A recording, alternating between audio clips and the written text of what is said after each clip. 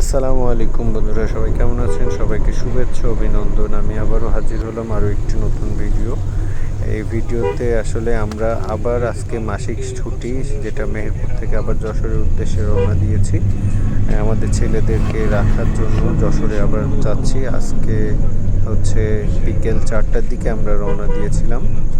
এখন বিকেল 4টা থেকে মোটামুটি রওনা দিলে আশা করা যায় যে ওটা 7টা বা 7:30টার সময় পৌঁছাবো। কারণ হচ্ছে রাস্তার খুবই করুণ অবস্থা, আর যেহেতু বর্ষাকাল, বর্ষার মধ্যে রাস্তার অবস্থা খুবই খারাপ হয়ে যায়।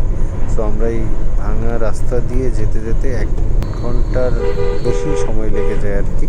তো এখন যে রাস্তায় চলছে এটা হচ্ছে ডাকবাংলা হয়ে কালীগঞ্জ পর্যন্ত উঠবে যে রাস্তাটা, সেই রাস্তাটিতে। তো নর্মালি এই রাস্তাটা খুবই ভালো, কিন্তু কালীগঞ্জ থেকে যশোর পর্যন্ত যে রাস্তাটা, এটা অনেক খারাপ অবস্থা, অনেক খারাপ, যেটা না দেখলেই না, ভাষায় প্রকাশ করা যাবে না। প্রতিমধ্যে আপনাদেরকে দেখানোর চেষ্টা করলাম যে প্রাকৃতিক পরিবেশের মধ্যে দিয়ে আমরা যাচ্ছি।